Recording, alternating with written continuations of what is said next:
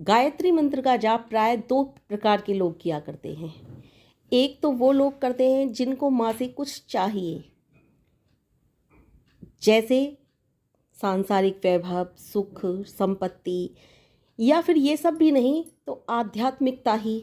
आध्यात्मिकता में भी दो चीज़ें चाहिए, या तो सिद्धियों के लिए करते हैं गायत्री जप, या फिर आध्यात्मिक सुख मिल जाए हमें, थोड़ी सुख शांति वगैरह इस तरह की चीज़ों वाले लोग हुआ करते हैं। और एक वो लोग हैं गायत्री जप किया करते हैं जिन्हें कुछ चाहिए ही नहीं, बस माँ का प्यार चाहिए, उन्हें माँ का दुलार चाहिए, और कहो तो ये भी नहीं चाहिए, बस अपने मन से वो गायत्री जाप किया करते हैं, क्योंकि उन्हें माँ से इतना प्रेम हो जाता है कि वो गायत्री जप में लीन हो जाते हैं। इस विषय पर मैं वीडियो बाद में बनाऊंगी कि माँ के प्रेमी कैसे होते हैं, किस तरह का प्रेम करते हैं माँ से।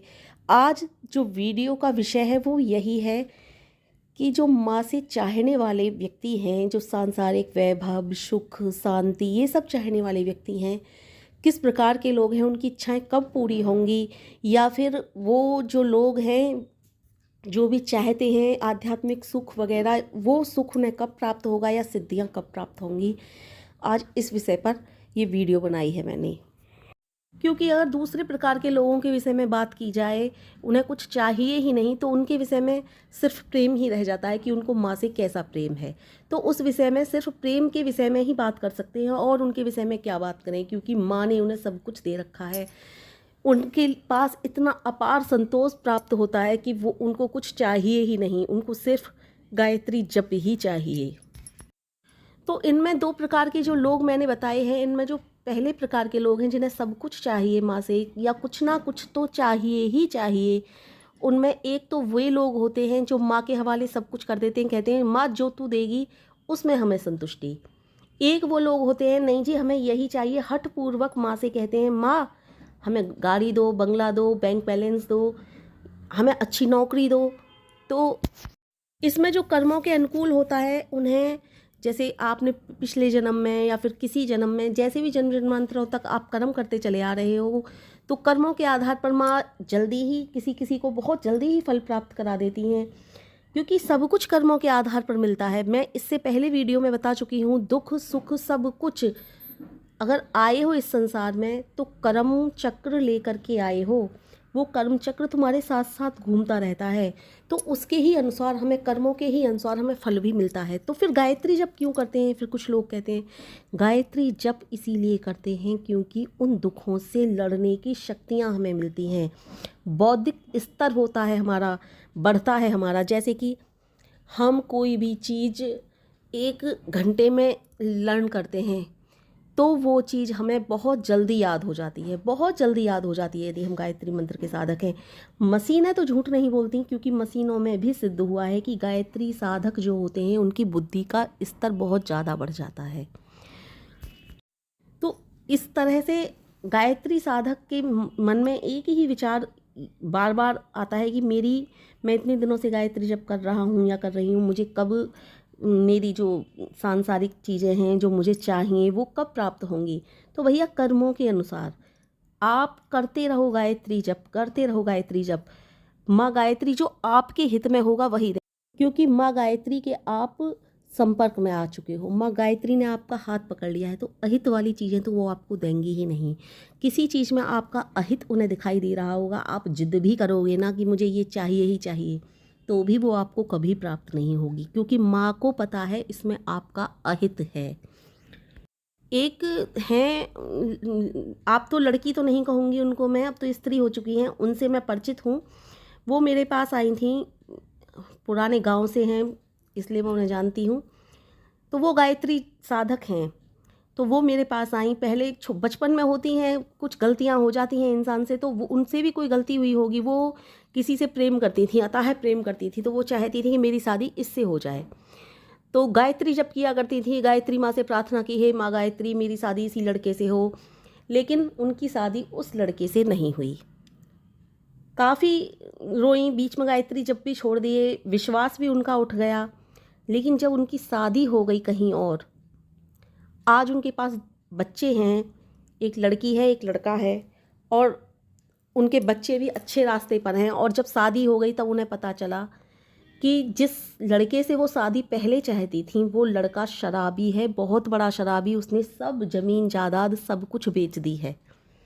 और तो और अपनी तो बेच ही दी, साजे में थे तो अपने भाई की पर भी नंबर लगाने वाला था, इसलिए भाई उनसे अलग हो गया कि तू अपने हिस्से की अब बेच चुका, अब मेरे पास तेरे लिए कुछ भी नहीं है देने को। तो अब उनसे जब मेरी मुलाकात हुई तब मैंने पूछा कि गायत्री जप वगैरह करती हो? तो उन्होंने कहा हाँ मैंने फिर से शुरू कर दी। मैं बोली फिर से शुरू का मतलब क्या?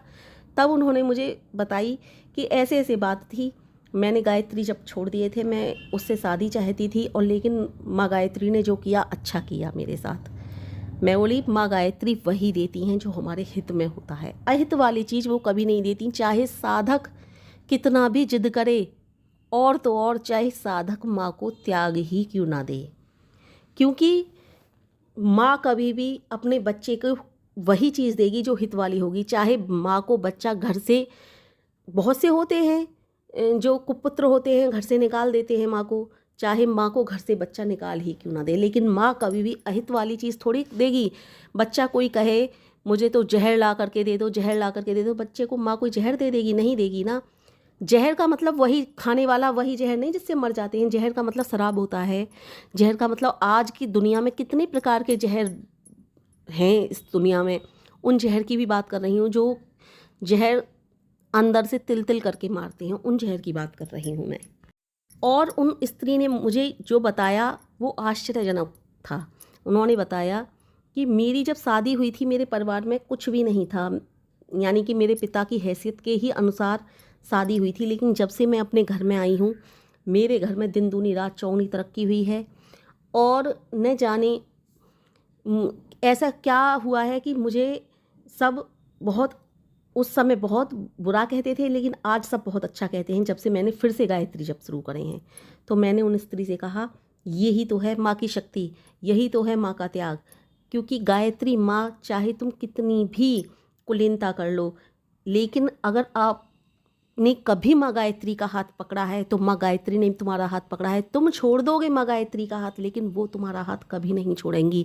यदि तुमने एक बार कभी पकड़ भी लिया है फिर तुम्हें गलती का एहसास होगा और फिर से तुम माँ के पास आओगे। और वही उस स्त्री ने भी किया।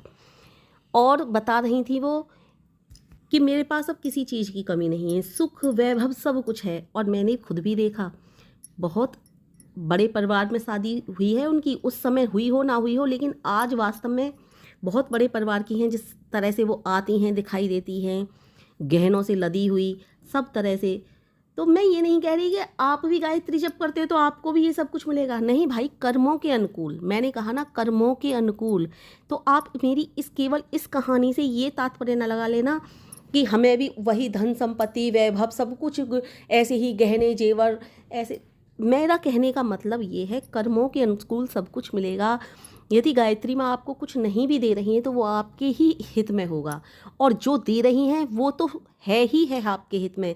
तो आप माँ गायत्री के निकट या माँ गायत्री का जप इस तरह से ना करें, जिद करके ना करें कि हमें तो ये चाहिए ही चाहिए। क्योंकि बच्चा वही अच्छा होता है जो माँ के पास आता है, लेकिन सेवा भाव से आता है, इस भाव से नहीं आता कि माँ मुझे ये दे दें, माँ मुझे वो दे दें, माँ मुझे वो दे दें। ये तो एक बदले वाली भावना हुई कि आप बदले की भावना से गायत्री जप कर रहे हो। मैंने बताया लेने वालों में भी दो तरह के व्यक्ति होते हैं, एक तो वो जो मत तू देगी वो ठीक है, मैं तेरी सेवा कर रहा हूँ, एक वो जो होते हैं नहीं जी मुझे तो ये चाहिए ही चाहिए। तो वो उन लोगों से मैं कहती हूँ अपना हट छोड़ दो, गायत्री जप करो तो श्रद्धा भाव से करो, श्रद्धा पूर्वक करो, तभी माँ गायत्री आप पर प्रसन्न होंगी और आपके हित वाली चीज़ें आपको देती चली जाएंगी। क्योंकि वो सर्व सुखकारी मंत्र है, दुखों का नाश करने वाला मंत्र है। वास्तव में दुखों का नाश होता है उससे, लेकिन कर्मों के अनुकूल ही तो होगा। जैसा रोग है वैसे ही तो दवाई धीरे धीरे धीरे धीरे कार्य करेगी। कितने गलत बात है, आप माँ के पास सिर्फ इसलिए आते हो कि हमारी मन्नतें पूरी हो जाएं, हमारी इच्छाएं पूरी हो जाएं, हमारी कामनाएं पूरी हो जाएं, इसलिए गायत्री जप करते हो। कितनी देर करते हो? 1 माला 2 माला 3 माला, और इतने में ही तुम सब कुछ प्राप्त करना चाहते हो माँ से। अरे 1 माला 2 माला 3 माला करते हो, श्रद्धा पूर्वक तो करो। सब कुछ उनके हवाले तो छोड़ दो कि माँ तू जो देगी वो सही, फिर देखो माँ तुम्हारे भंडार भर देंगी, आप पे समेटा भी नहीं जाएगा, इतना देंगी। एक कहानी में महात्मा आनंद स्वामी सरस्वती जी ने अपबीती जो बताई थी, वो कहानी उसमें बताया था कि आज धन मेरे पीछे भागता है, आज धन मेरे पीछे भागता है, मैं धन के पीछे नहीं भागता। मेरे पास किसी चीज़ की कमी नहीं रही, मोटर गाड़ियाँ सब कुछ मेरे पीछे दौड़ती हैं। तो ये कथन उनका सत्य था। उन्होंने कभी माँ से कुछ नहीं मांगा, लेकिन माँ ने उनके भंडार भर दिए थे। यहाँ तक कि उनके बेटे को फांसी लगने जा रही थी, वो तक माँ ने, आपने सुना है किसी की आज तक फांसी रोकती हुई देखी हो, लेकिन महात्मा आनंद स्वामी सरस्वती जी के बेटे की फांसी रुकी थी। क्योंकि मैं ये बात सबसे बोलती हूँ, यहाँ तक कि अपने बच्चों से भी बोलती हूँ कि गायत्री साधक का कभी कोई कुछ बिगाड़ ही नहीं सकता। ये बात अटल सत्य है और इस बात को अपने हृदय में धारण कर लो कि गायत्री साधक का ना तो कोई दुश्मन कुछ बिगाड़ सकता है।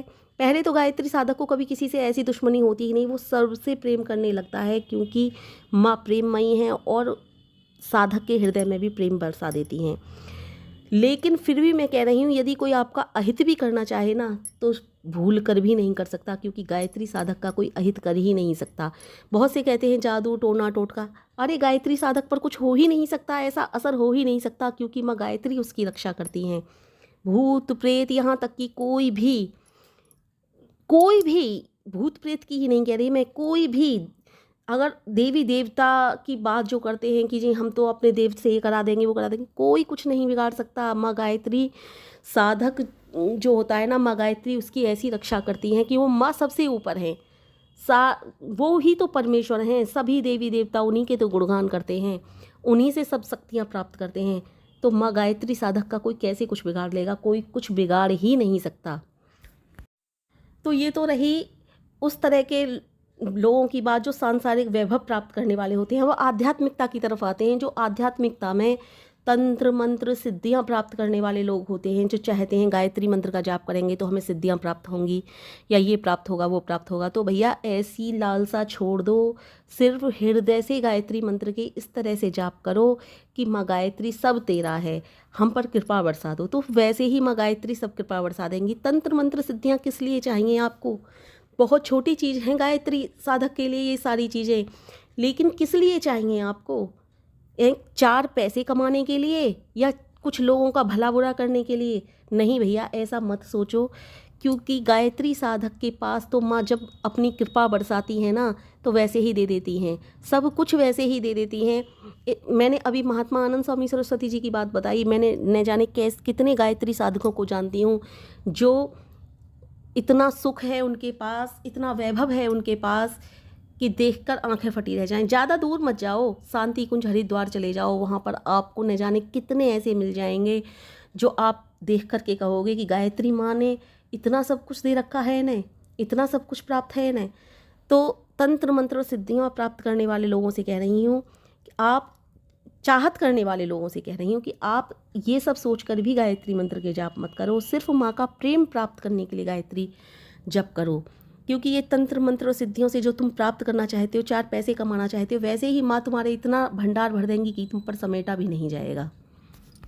अब जो आध्यात्मिक सुख प्राप्त करना चाहते हैं, जो माँ से ये चाहते हैं कि माँ हमें केवल आध्यात्मिक सुख ही दे दो, हमें ये बताओ ये संसार किस तरह का है, कैसे भवसागर बनाया तुमने, ये क्या है, ये बहुत सारे प्रश्न होते हैं इस संसार से संबंधित या फिर आध्यात्म से संबंधित। तो मैं उन लोगों से कह रही हूँ, आप गायत्री जप करते चले जाओ, माँ आपके एक एक प्रश्न का जवाब देती चली जाएंगी। माँ सारे प्रश्नों को तुम्हारे को पूरा करेंगी, तुम्हारे सब कुछ प्रश्नों के जवाब देंगी, तुम्हें हर सच्चाई से अवगत कराएंगी। ये गायत्री साधक जो होते हैं ना, वास्तव में सत्यता से अवगत होने लगते हैं, ये बात सत्य है। क्योंकि गायत्री साधक की बुद्धि का जब विकास होता है तो हर सच्चाई से वो धीरे धीरे अवगत होने लगता है, हर प्रश्न के उसको जवाब मिलने लगते हैं और आध्यात्मिक सुख भी प्राप्त होने लगता है।